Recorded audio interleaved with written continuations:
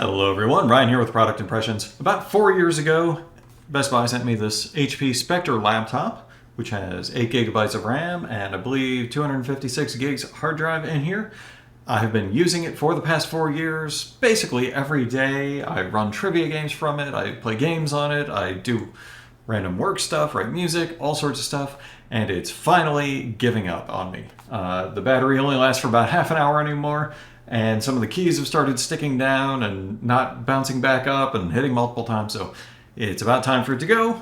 And so now, thankfully, Best Buy has now sent me the new Microsoft Surface Laptop Go 3.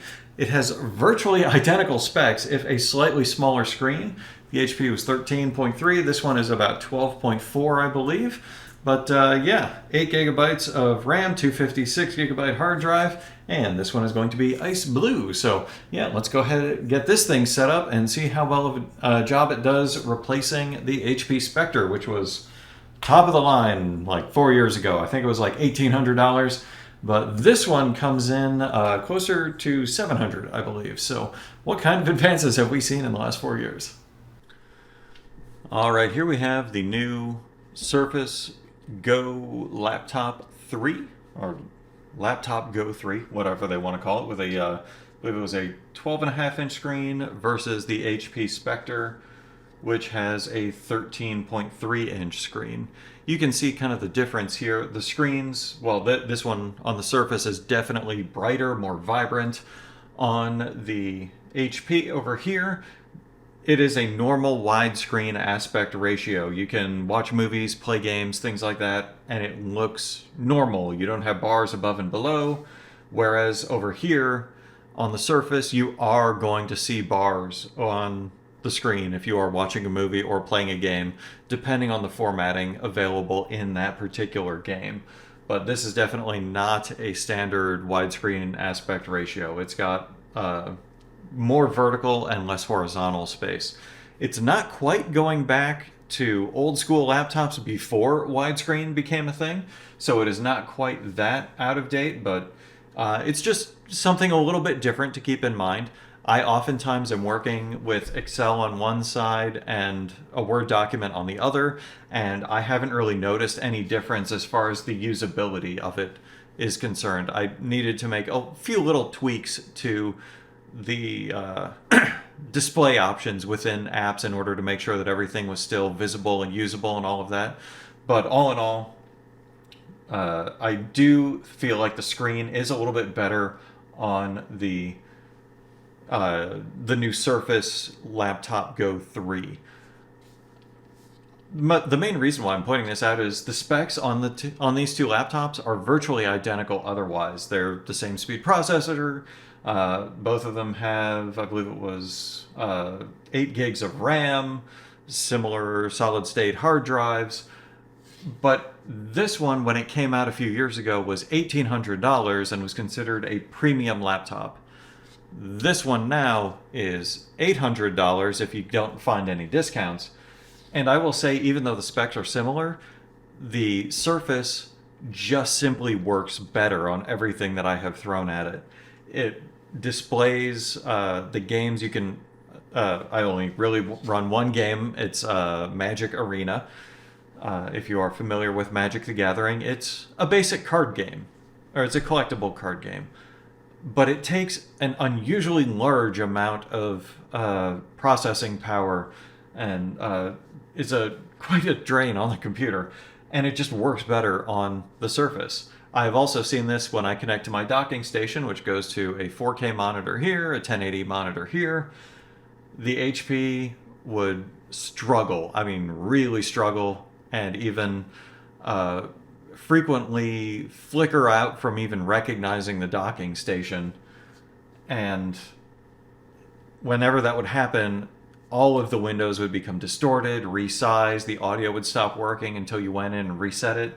I've not had any issues with that on the Surface.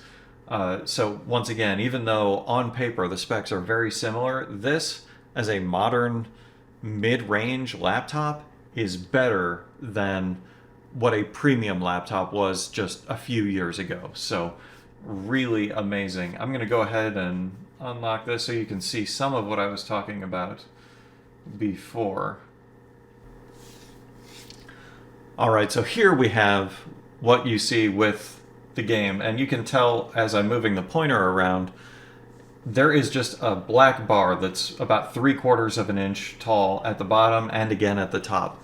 This program is made to run on a normal widescreen environment. So here, where it's got extra space on top and bottom, everything's a little crunched, everything is a little bit, slightly maybe more pixelated than you would expect. But overall, you're seeing it's just not quite right. But then at the same time, if I connect it to my docking station here with a 4K monitor, 1080 monitor, it can run this full screen, 4K resolution, no problem. I can have a separate internet window over here with showing my email or anything like that. Perfectly fine, no issues, never disconnecting, never having any sound cut out or any problems like that. I have even been playing a game and YouTube videos on a separate screen. No problem with either one of them. So all in all, this Surface dramatically better than even well, maybe not dramatically, but noticeably better than even a premium laptop was just a few years ago. So definite improvements here. Looking at the actual form factor, you can see some accommodations were made for it being more of a mid-range laptop, and also the difference in the aspect ratio of the screen. Over here on the normal Spectre laptop, you have your home page up, page down, and it's got an extra row of keys over here, whereas on the Surface, it was moved onto remapping the function keys, where you hit the function, you can, get to F1 through F12. Well, now home and page up, page down is all up here in this top row, rather than over here we had media controls. So not a big difference there. You do have a much larger touchpad than you would on a normal widescreen laptop, which I actually appreciate on the Surface here. It is a very nice feature. It makes it much more usable than I ever found the touchpad on here when I do have to use it on the go. Another consideration, this being a premium price laptop, you could change the backlighting on the keys. They're off right now, but you had varying degrees of brightness that you could put on the keypad. You do not have backlit keys on the Surface. So really, when it comes to being a mid-range laptop, that's really the only thing that I notice as far as it not being a premium top of the line, is that the keys aren't backlit. So unless you know that you're going to be doing a lot of work in a dark room, that is really not a big deal. Even when it comes to the body of these computers, I would say that they feel remarkably similar. If anything, the Surface is slimmer than even the premium laptops were a few years ago. So that is very nice, but everything is the same kind of metal housing. You've got a fingerprint scanner in the power button for unlocking it. I have noticed that after using it for a couple of weeks, that cut out and stopped working on the new Surface.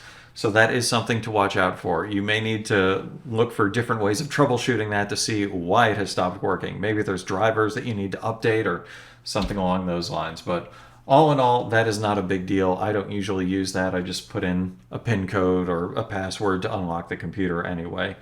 But if you are someone who uses the Windows Hello service, where much like on a cell phone, rather than putting in your password, you can use a fingerprint scanner, that is maybe not going to be quite as reliable on the new Surface. Otherwise, everything is very nice. I'm going to go ahead and close out of this so that I know that there won't be any issues when I go ahead and close these. Once again, very similar in construction, but you can hopefully see the Spectre laptop is definitely thicker than the new Surface is. So that is nice. Even compared to a premium laptop from a few years ago, mid-ranger is nicer now. Definitely slimmer. As far as the body of the computer itself, well, this one is their blue color. Hopefully that's going to show up on here. Kind of, I don't know. It might end up looking kind of gray, but there is a very subtle blue color. You can see on the back it's much more blue. But port-wise, you've got a standard USB port, USB-C that can work with a docking station, and an audio port there. And on the other side, you've just got Microsoft's proprietary connector here that they have on all of their Surface computers. You can get specifically Surface docking stations that work with this and basically only have USB-C ports. So that is something that would be of interest if you also have very modern monitors that all take USB-C video. Mine is not that modern, so I can use the USB-C or Thunderbolt port here, and that works perfectly fine for charging and all of my accessories, multiple screens, everything is very nice. So yeah, all in all, this is nice. It's about the same size as just a paper notebook. So in that aspect, it actually is a very convenient size to carry around. Basically, any backpacks or briefcases or anything is going to be able to fit this just fine. All right, these have been my thoughts on the Surface Laptop Go 3. All in all, I am finding this to be a very capable computer for just a mid-range computer.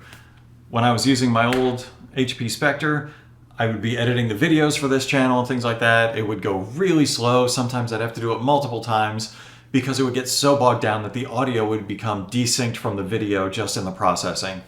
No issues like that with this computer. It has been perfectly fine for all of that. So all in all, I would say this is a great deal. If you're doing, video editing, photo editing, I haven't really tried it with recording music. I've got a separate computer that I have dedicated just to that, but I would not be surprised if you would be able to do all of these things with no real issue on this just being a mid-range computer. That is really nice, really impressive at this point. So yeah, hopefully this review has been useful. Before I get into that, I should also say they specify in some of the ads that I have seen and some of the specs online that the battery should last you for about 15 hours. I would say that might be the case if you're not doing much with video, if the screen brightness is turned down like all the way. I have personally been using it screen at about 50% brightness with mostly just Word documents, spreadsheets, things like that. And I would estimate that you're probably going to get about 12 hours or so of battery life out of this. So the battery life maybe not quite as great as they purport in some of the specs that are listed, but all in all, it's definitely going to get you through a full day of work. Shouldn't be any issues there. I'm really pleased with this. It has served me well. I've been traveling a little bit, and this is very nice, simple, small, lightweight computer to carry along with you. So now, hopefully this has been of some use to you. If you have any questions, feel free to leave them in the comments down below. I'll do my best to answer whatever I can. Otherwise, like, share, subscribe. I will see you next time.